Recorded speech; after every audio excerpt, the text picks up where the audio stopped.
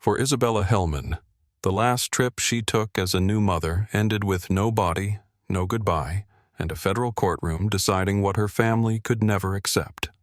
Louis Richard Bennett would later plead to involuntary manslaughter and be sentenced to 8 years in prison. The story doesn't begin in the ocean.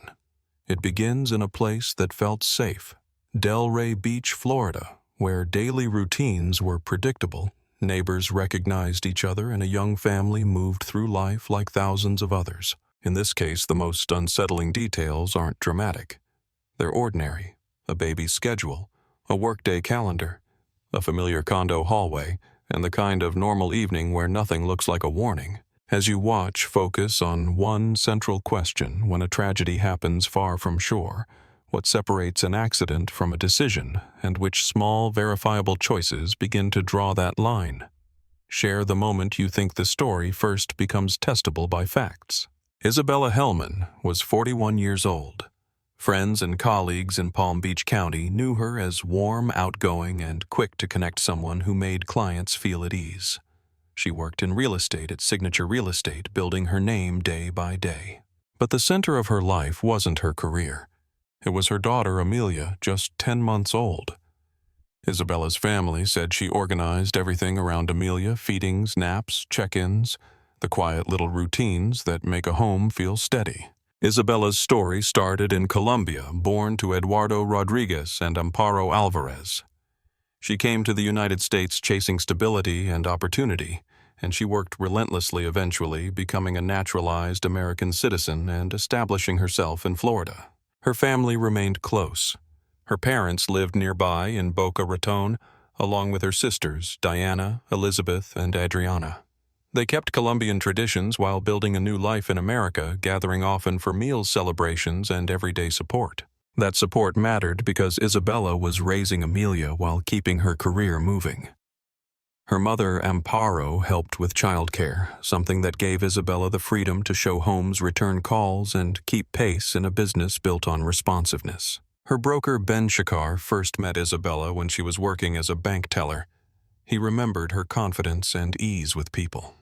In real estate, that ability became her advantage, especially in the Delray Beach office, where she was still growing her client base. By 2017, Isabella was living in a condominium on Anada Drive in West Delray Beach.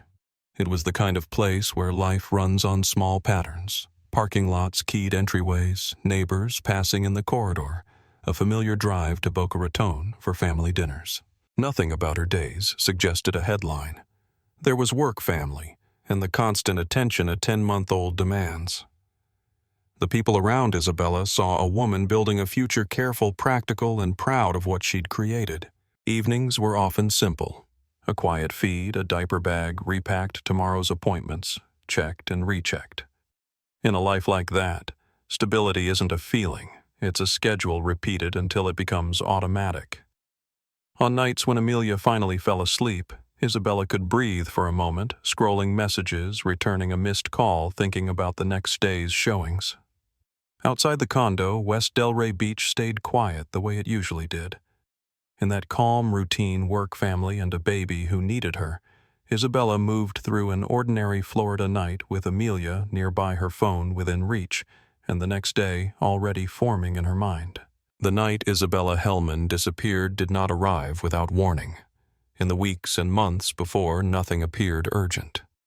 There were no emergency calls, no police reports, no visible break from routine. But a series of small documented choices quietly narrowed her options. Isabella met Louis Richard Bennett online in 2014. He was older, widely traveled, and worked as a mining engineer. He held dual citizenship in Australia and the United Kingdom, and he spoke comfortably about life at sea. Their relationship moved quickly. By July 2016, their daughter Amelia was born. 7 months later, in February 2017, they married in a small ceremony. To friends and family, it looked like a new chapter settling into place. But privately, pressure was building. The couple carried more than $2,500 in documented debts spread across credit cards and routine expenses. Money wasn't catastrophic, but it was tight, persistent, and unresolved. The deeper conflict was about where their life would be lived. Bennett wanted to raise Amelia in Australia, close to his family and work. Isabella was clear she would stay in Florida near her parents and sisters who helped care for the baby. Those opposing plans did not fade. They surfaced repeatedly in messages later recovered by investigators' arguments about control, about respect, about being spoken to harshly. The words were recorded even when no formal complaint was made. Despite the friction, daily life continued. Isabella worked her listings. Amelia followed a strict routine. Family support remained close and constant. From the outside, nothing suggested a crisis requiring intervention. Bennett's experience on the water set him apart. He held a Royal Yachting Association coastal skipper certification, trained in emergency procedures, man-overboard response, and night sailing. He had completed a multi-month ocean voyage years earlier. That expertise shaped the plan for a delayed honeymoon in April 2017. The route would begin in St. Martin, continue through Puerto Rico, then to Cuba, before a final return to Key West, Florida, days at sea largely alone. The catamaran surf into summer measured 37 feet. It was outfitted for offshore travel. On paper, it was capable. In practice, safety depended on decisions made hour by hour and on who controlled the equipment. Early in the trip, Isabella's personal cell phone stopped working. From that point forward, communication with her family relied on Bennett's devices.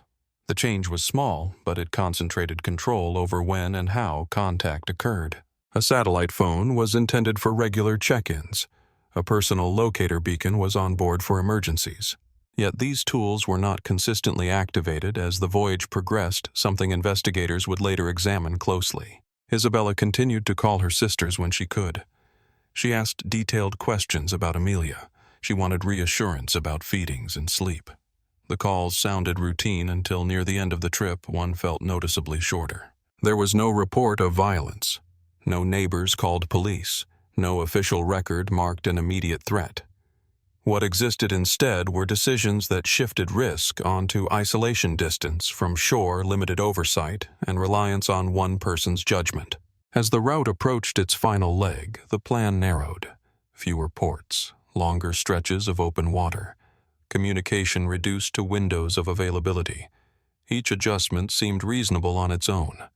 Together, they left little margin for error. By the time the boat prepared to depart Havana toward Florida, the conditions were set, unresolved. Conflict, financial strain, concentrated control of safety tools, and a journey designed to be out of sight. Nothing had happened yet. The voyage was about to continue across open water. Amelia was back in Florida with family. The schedule was fixed.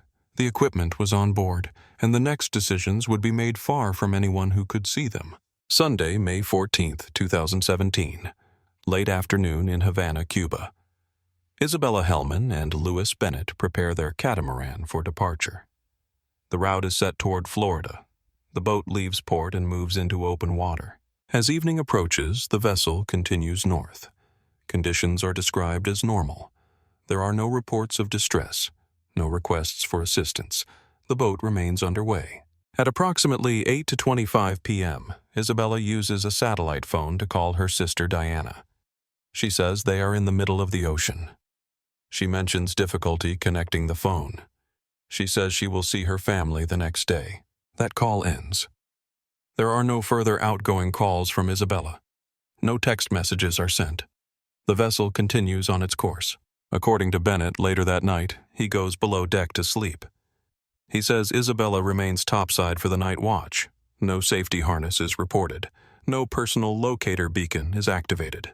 In the early morning hours of May 15th, Bennett reports being awakened by a loud impact. He goes on deck. He says the rigging is loose. The helm is unattended. Isabella is not visible. Bennett does not report calling out for Isabella. He does not report deploying flares. He does not report launching the dinghy to search the surrounding water. Instead, he begins loading a life raft. Over the next 45 minutes, items are transferred from the catamaran to the raft. The items include luggage, duffel bags, a backpack, water, food, communication equipment, and 9 plastic tubes containing silver coins. The raft is prepared. After the loading is complete, the line tethering the life raft to the catamaran is cut. The catamaran is left behind. At 1:30 a.m., a personal locator beacon transmits an emergency signal.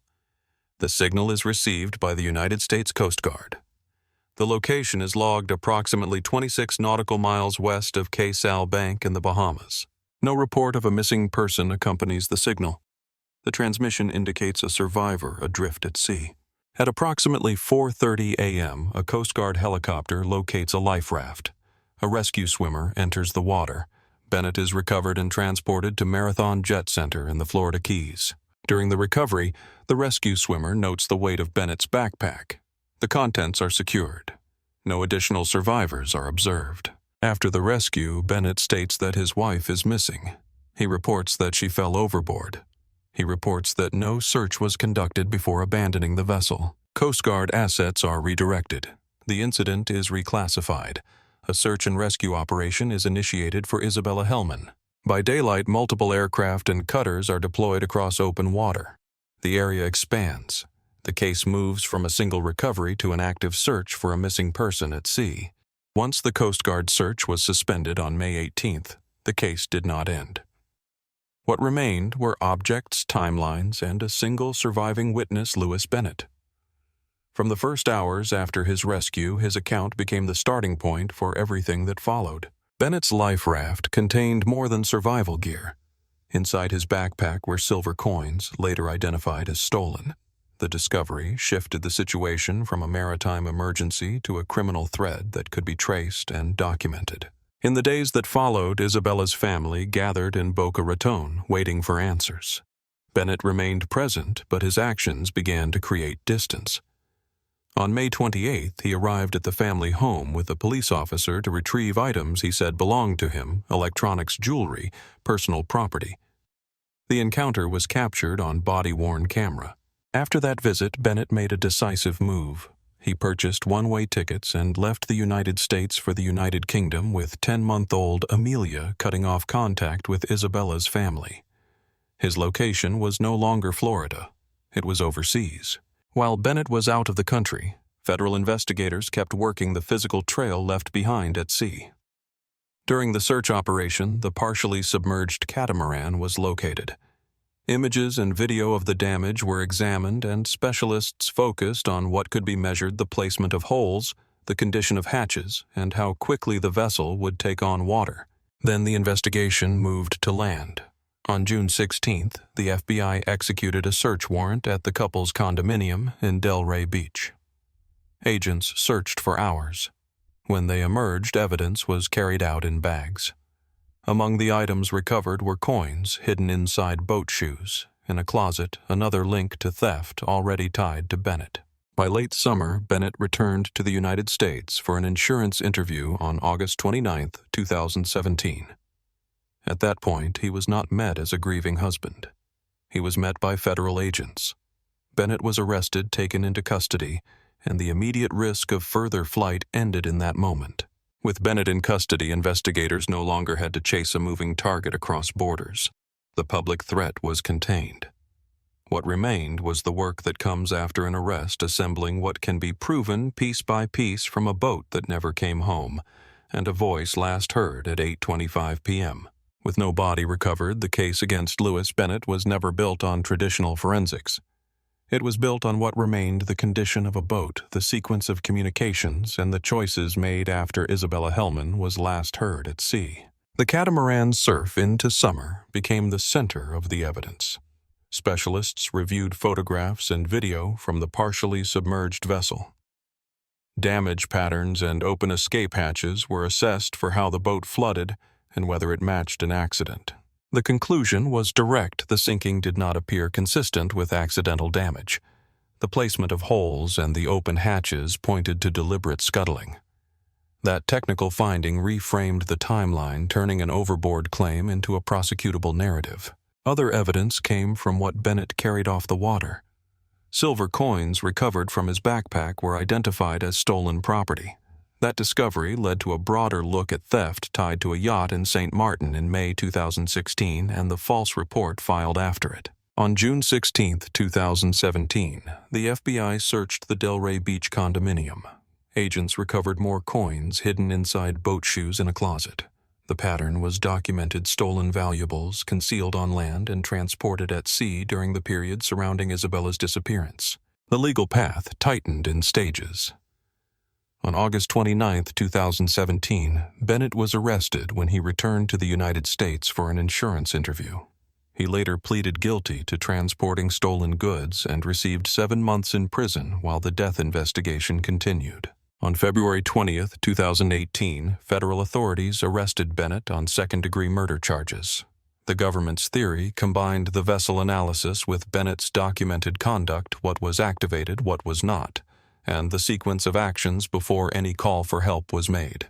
Bennett pleaded not guilty, but the case faced a hard reality, proving premeditated murder on the high seas is difficult without a body. On November 5, 2018, he changed his plea to involuntary manslaughter. Isabella's family opposed the deal. On May 28, 2019, Bennett appeared for sentencing before U.S. District Judge Federico Moreno. The judge imposed the maximum 8 years in federal prison, $22,910 in restitution for Amelia, and 3 years of supervised release. Bennett waived his right to appeal. After the sentence, the case left a quieter record. A child growing up without her mother and 2 families forced to navigate what the law could resolve and what it could not. In June 2019, Isabella's family traveled to Edinburgh to see Amelia again.